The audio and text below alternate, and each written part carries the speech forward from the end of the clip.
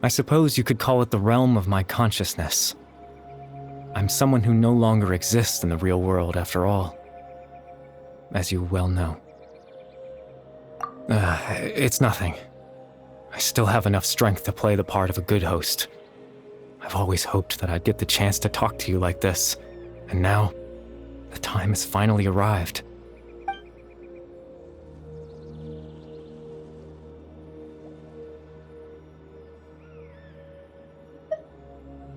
Extreme sorrow and pain, hope and regret coursing through your veins, and a degree of abyssal power that defies comprehension.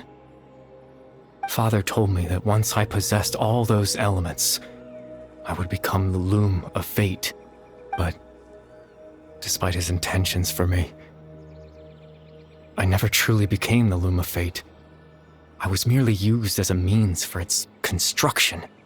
In truth, I died the moment I set everything in motion. The person you see before you now is nothing but a remnant of consciousness left over within the loom of fate.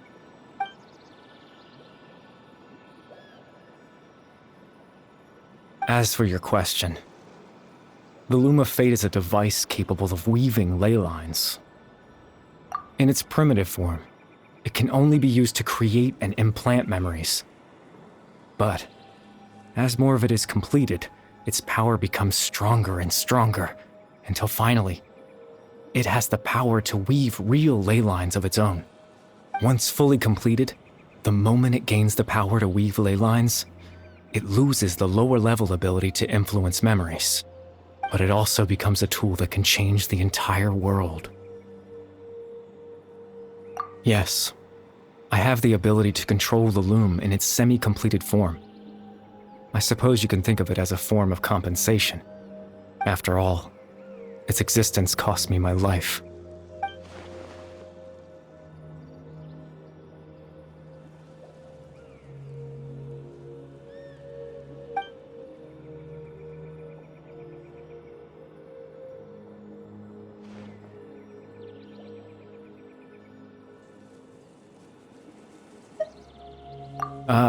That. I was wrong to implant those memories. I'm sorry I caused so much trouble. Not only for everyone in the village, but for you as well. I just wanted them to feel like I once existed in this world. As if I had a chance at life.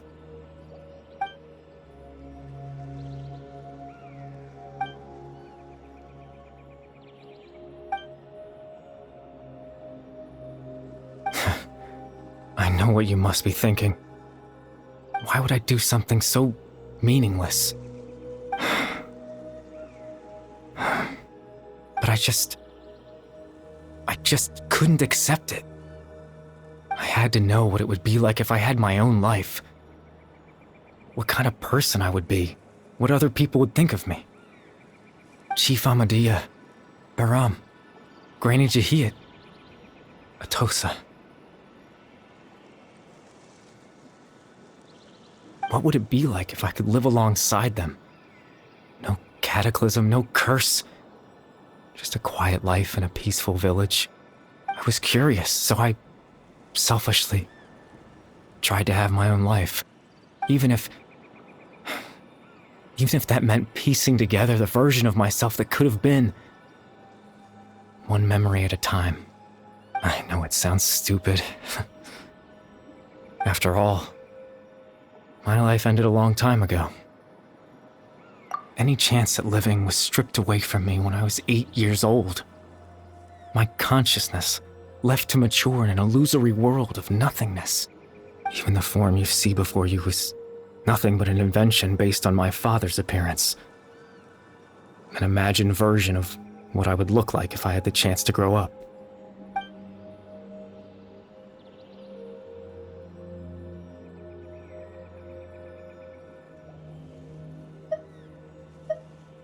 I know. But there's nothing I can do to make them find me. If I could exist in the real world, I would return without a second thought and surprise them with the suddenness of it all.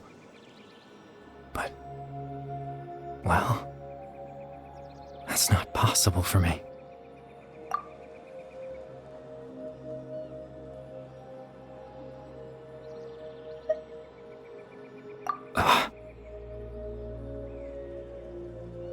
I know.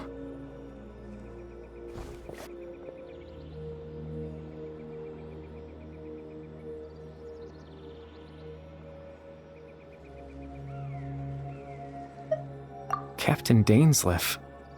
Twilight's sword, you mean? No need to meet up with him. Things should already be settled on his end. Exactly. As someone who could only exist in people's memories, the fact that I'm able to talk to you in my consciousness like this can only mean one thing. The Loom of Fate has already been completed.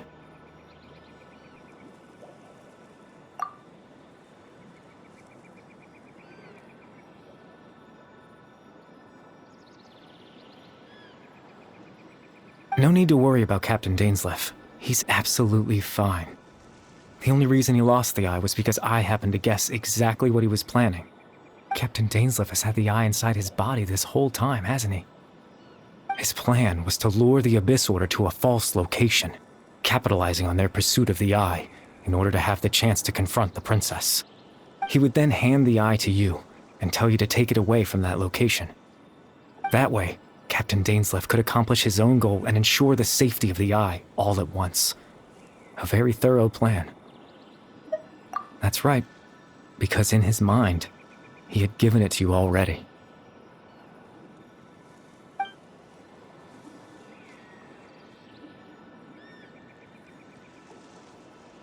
Before you two entered that false location. Traveler, wait.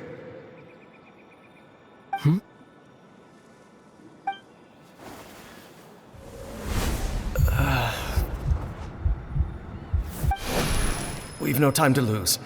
Let's head inside.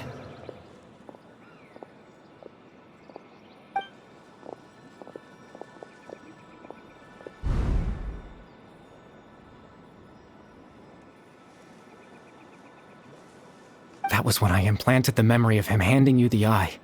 Given the tense situation at that time, Captain Dainsleif failed to notice anything out of the ordinary, and took that memory to be real.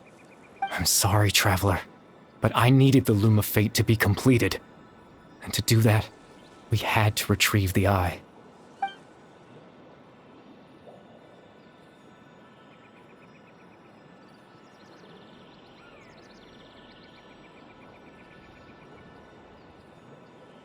I promise I'm not trying to conceal anything from you, but I truly have no idea what the princess is planning. Tevat's ley line system is deeply entrenched in the planet. Creating new ley lines can neither replace nor extend the ones that already exist. In the face of everything they could be planning, I fear I'm too insignificant to even get a glimpse of the bigger picture. In any case, I had my own use for the Loom of Fate, and my goal, at least, has been achieved. You remember my father, don't you? Clotar Alberic. I believe you saw him in your sibling's memory. After he used the power of the Abyss to restore consciousness to my hilichurl form, I suffered from an indescribable level of mental anguish. To comfort me, my father told me a story, that this was a fairy tale world where I had to take on the form of a little monster. That story managed to dispel my fears, even if just for a moment. My goal was simple: to use the Loom of Fate in its near-completed form, when its ability to create memories was at its strongest, to implant a specific memory into the minds of the hilichurls. In that memory, I would tell them a story, just like my father did for me. It was a story of fairy tales and love. But more than anything, it was the story of us.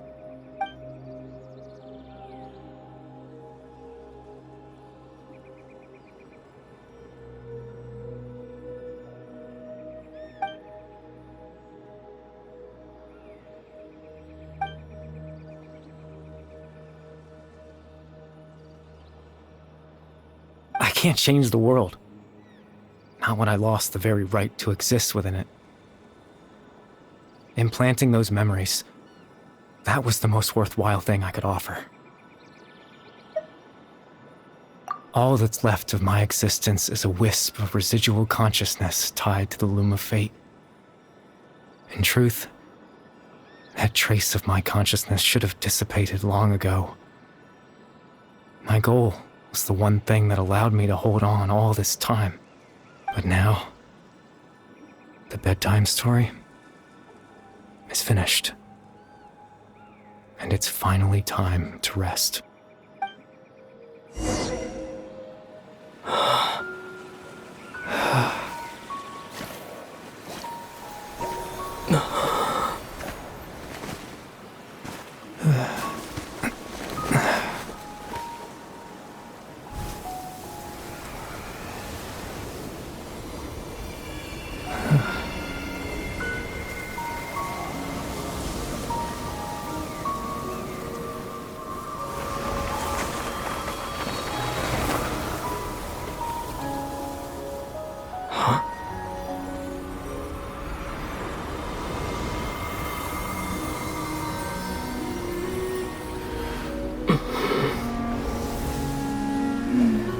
Looks like I was too late to see Kari Bear one last time.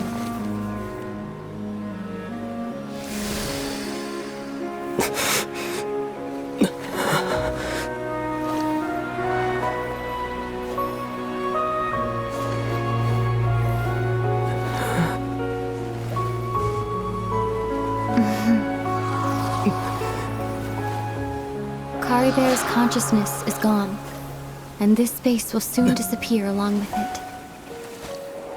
Neither of us belongs here. That's why we're not tangible. Were that not the case, I'd love to hug you too. Well, how about a conversation?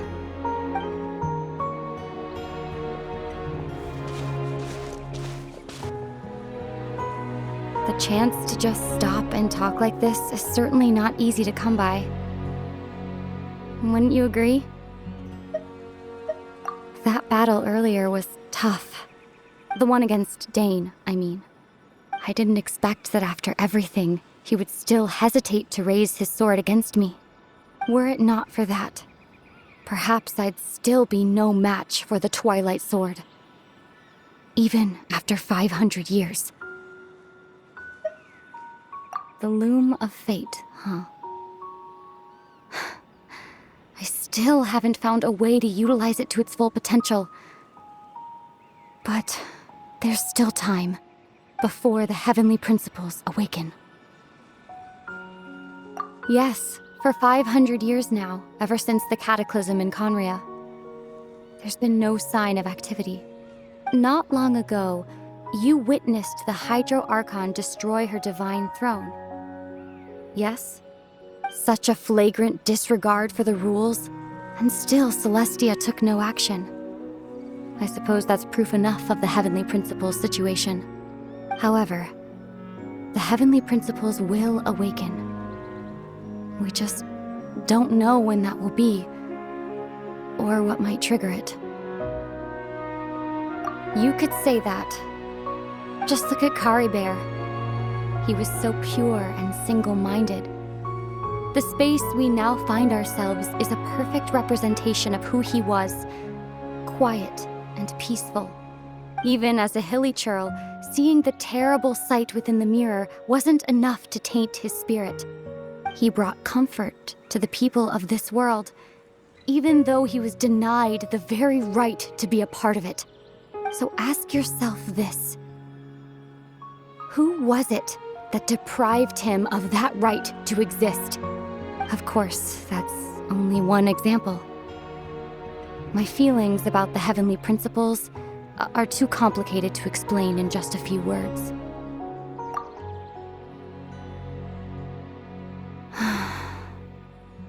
Ether?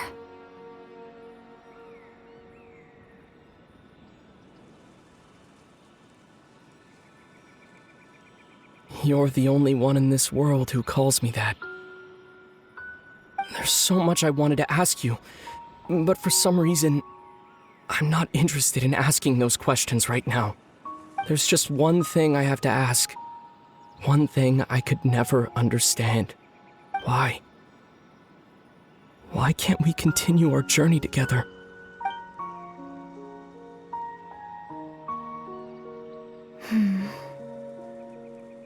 At the end of my journey, I arrived at a place known as the Sea of Flowers at the end. Do you remember? A long time ago, when we traveled between worlds together, you told me you wanted to find a place in the universe where that one flower was in full bloom. To have a place like that suddenly appear before me, well, would you think of that as a coincidence? You mean... I miss you too, Ether. But as this war continues to rage, and as I continue to seek that final answer, I don't even know how to face myself sometimes, let alone my own brother. Huh? What's going on? This space has lost its tether. I doubt it'll be able to exist much longer. In fact, aside from our inability to physically interact with each other, there's something else you should know about this space. With Kari Bear gone, we won't be able to remember anything that happened here. Everything in space will be wiped from existence, including all memory of our reunion. You're only telling me this now?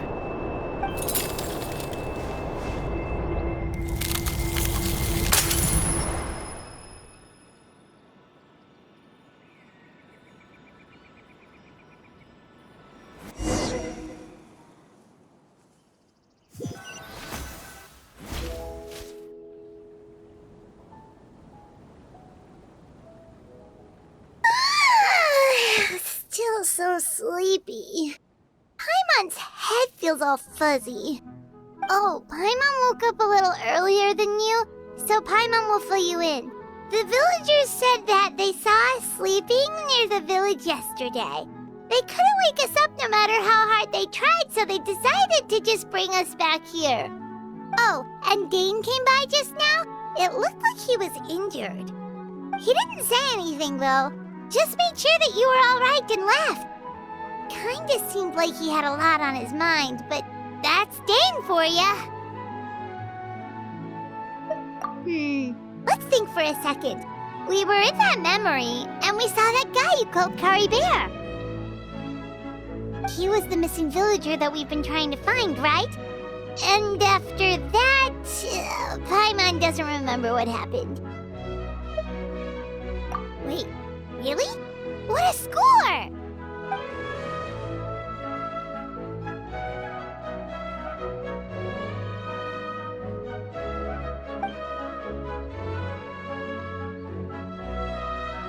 Well, what happened after that?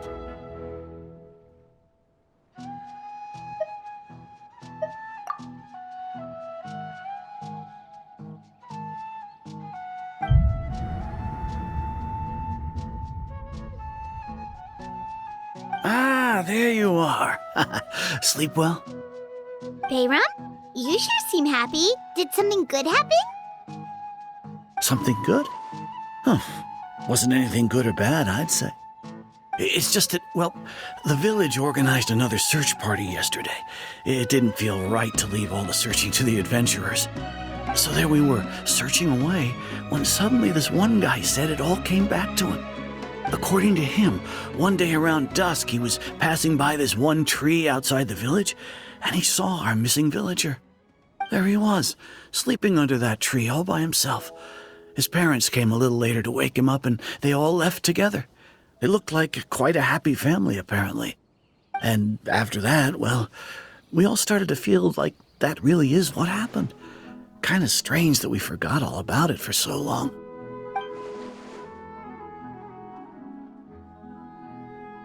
Oh, and we also remembered his name, Kari Bear. Now, that's not a name you hear every day. Would have been helpful if we remembered it sooner.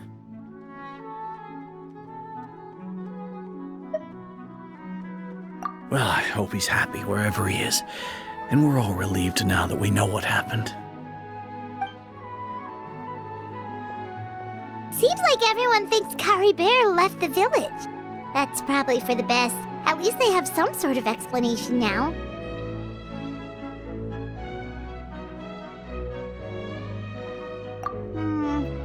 Paimon wonders how Atosa's doing. Maybe we should go check on her. If she hasn't remembered like everyone else, we can tell her what happened. Paimon didn't see her in the village just now, so she's probably at the tree. Come on, let's go talk to her.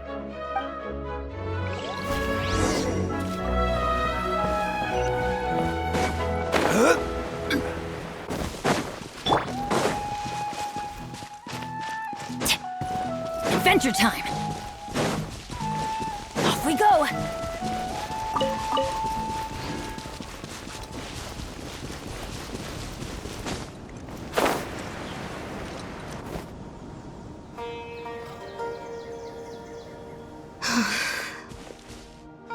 Atosa, how's it going? Oh, it's you two. I was just about to go looking for you. I wanted to thank you. I was part of the search party, so I remember what happened to Kari Bear now. Honestly, I just can't believe I forgot something so important.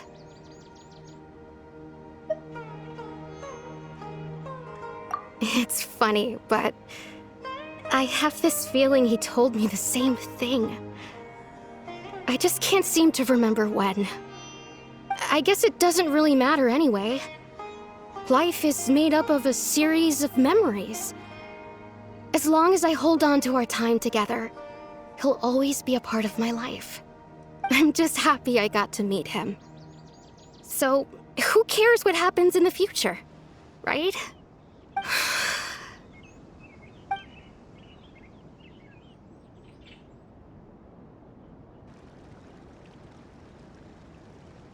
Okay, I'll admit. I'm just putting on a brave face. I was dumped, wasn't I? Otherwise, why would he just leave like that without saying goodbye? You don't need to comfort me. I'll be okay. It's just like Kari Bear said. It's the things we overcome that make life more precious. And you know, if he has a heart, maybe he'll come back and see me one day.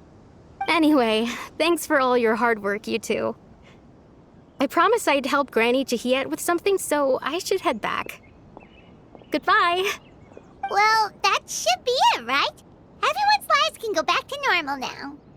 Oh, right! Weren't you about to tell Paimon what happened after your conversation with Kari Bear?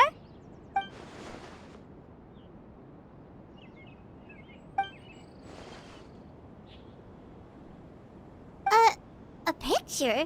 Where'd that come from? Let Paimon see.